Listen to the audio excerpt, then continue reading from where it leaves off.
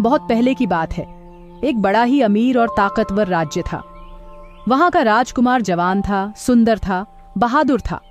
लेकिन एक बात थी, जनाब बहुत घमंडी था। उसे लगता था कि वो सबसे ज्यादा जानता है और बाकी लोग बस उसकी सेवा करने के लिए पैदा हुए हैं। राज दरबार में जो विद्वान लोग आते, उनकी बातें उसे बकवास लगती थीं। उसे लगता था कि जिंदगी में सब कुछ ताकत और ओहदे से ही मिल सकता है। एक दिन शिकार खेलने के चक्कर में राजकुमार घोड़े पर सवार होकर जंगल में बहुत दूर निकल गया।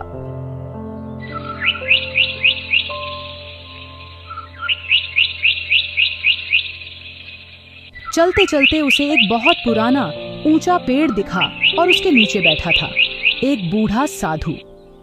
आंखें बंद, चेहरा एकदम शांत, कपड़े बिल्कुल सादे, लेकिन उसकी शक्ल पर अजीब सा तेज था। राजकुमार ने घोड़े से उतरते ही अकड़ते हुए कहा, ओ बाबा, जंगल के बीचों बीच इस तरह आंखें बंद करके बैठे हो? जिंदगी का मजा लेना नहीं आता क्या? घूमो फिरो, हंसो गाओ, कुछ खेल तमाशा करो। ध्यान लगाने से कोई राजा नहीं बनता।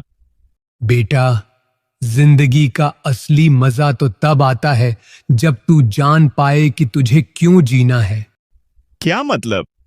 मेरे पास सब कुछ है, ताकत, रुतबा, शस्त्र, सेना, और आगे चलकर मैं राजा बनूंगा। इससे बढ़कर और क्या चाहिए? बेटा, जब तक तुम जिंदगी के असली सवालों के जवाब नहीं ढूंढोगे, तब तक तुम्हारी ये ताकत, ये रुतबा सब अधूरा है। कौन से सवाल बाबा? बस 3 सवाल हैं। पहला, जीवन का सबसे महत्वपूर्ण समय क्या है? दूसरा, सबसे महत्वपूर्ण व्यक्ति कौन है? तीसरा, सबसे महत्वपूर्ण कार्य क्या है? इनके जवाब मिल गए तो समझो तू ही असली राजा है। ठीक है बाबा, मैं इन सवालों का जवाब ढूंढकर जरूर वापस आऊंगा। अब मुझे आज्ञा दें।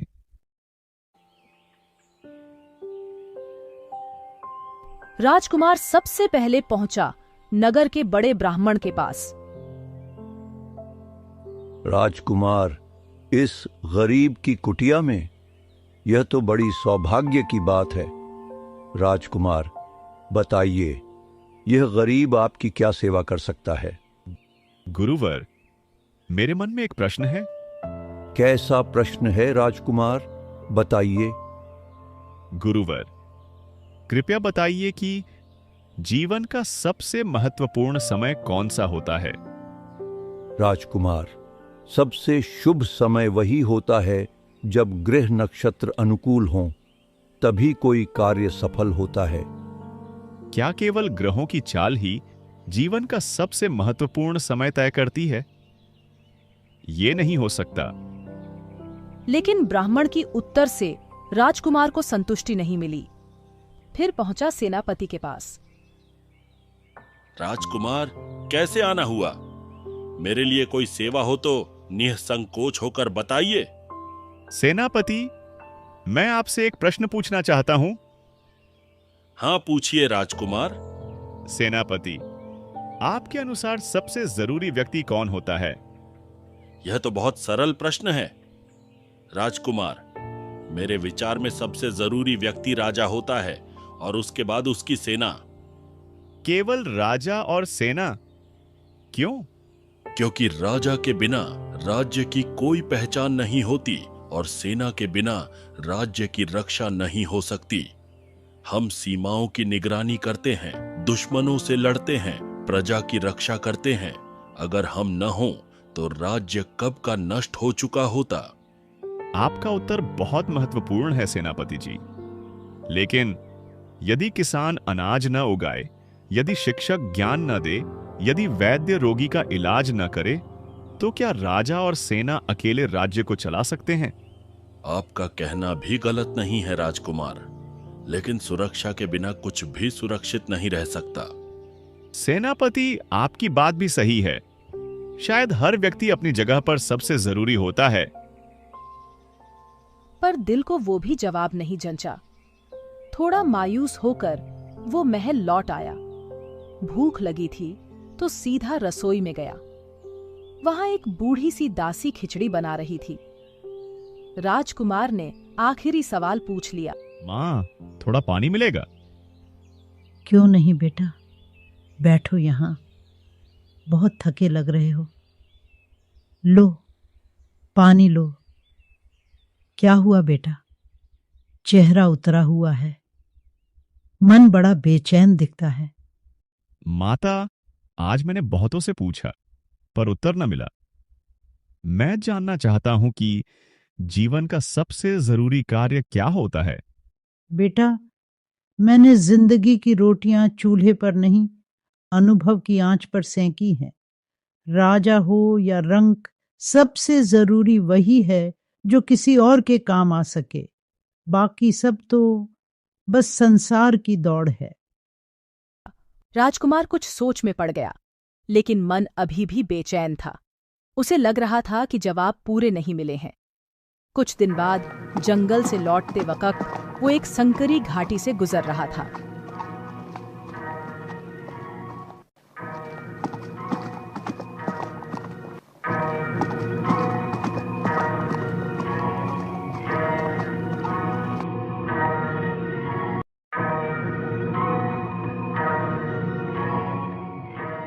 ये पत्थर यहां किसने डाले?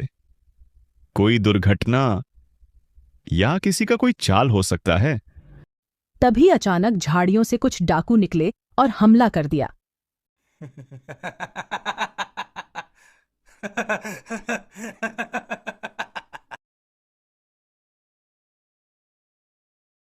बस यही रास्ता है राजकुमार, और अब तू इस रास्ते से नहीं, हमारे बीच से गुजरेगा।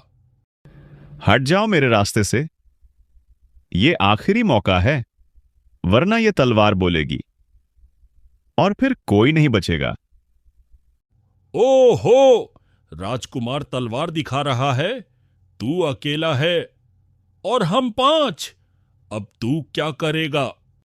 जो सही होता है वो अकेला ही काफी होता है। अगर आगे बढ़े तो सोच लेना, सिर्फ चोट नहीं लगेगी, पछतावा भी होगा। अब बता राजकुमार, तेरे घमंड का क्या करें?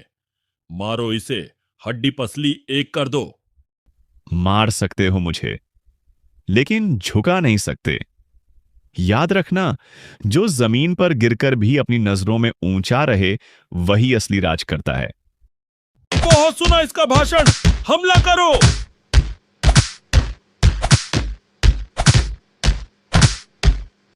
डाकू राजकुमार की तलवार छीन ली, घोड़ा भी ले गए और उसे बुरी तरह घायल करके छोड़ गए। वो कीचड़ में गिरा पड़ा था, खून बह रहा था। तभी अचानक जोरदार बारिश होने लगी और चारों तरफ घना अंधेरा छा गया।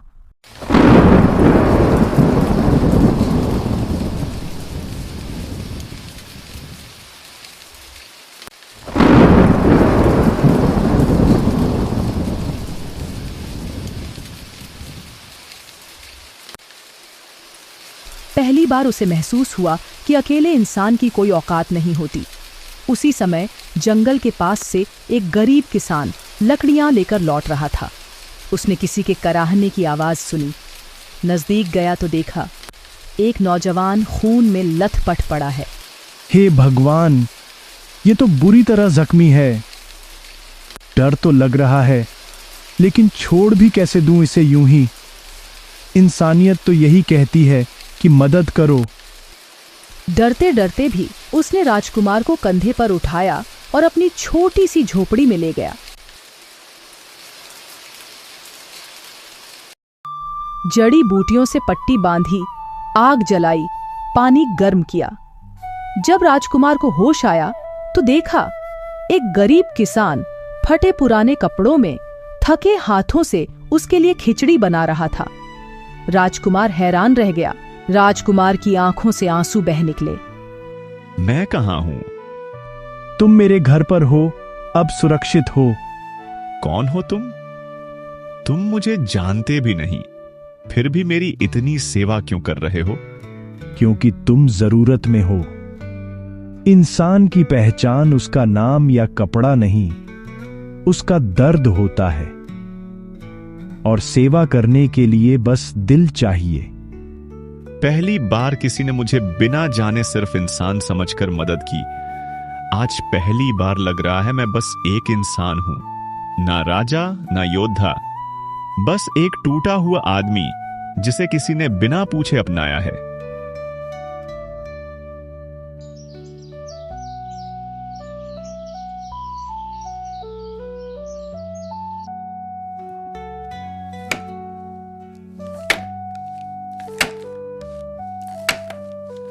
बाबा, अब मुझे जाना होगा।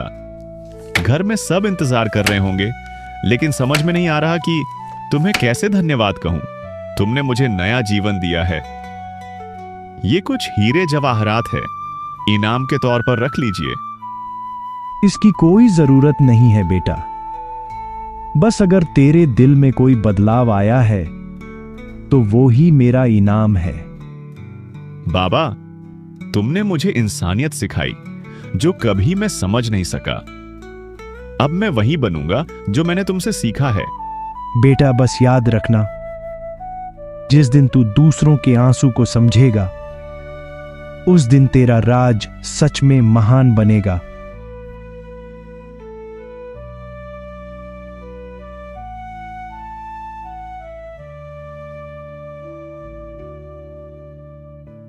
कुछ दिन बाद जब राजकुमार पूरी तरह ठीक हो गया तो वो फिर से उसी साधु के पास पहुंचा, उनके कदमों में गिर पड़ा और बोला, गुरुदेव, अब मैं जान गया हूं।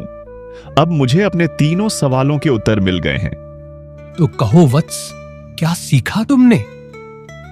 सबसे जरूरी वक्त अभी है गुरुदेव। यह क्षण ही सब कुछ है। जो चला गया वह सपना है, जो आएगा वह अनिश्चित है, लेकिन यह पल, यही जीवन है। यही वह समय है जिसमें हम किसी की मदद कर सकते हैं।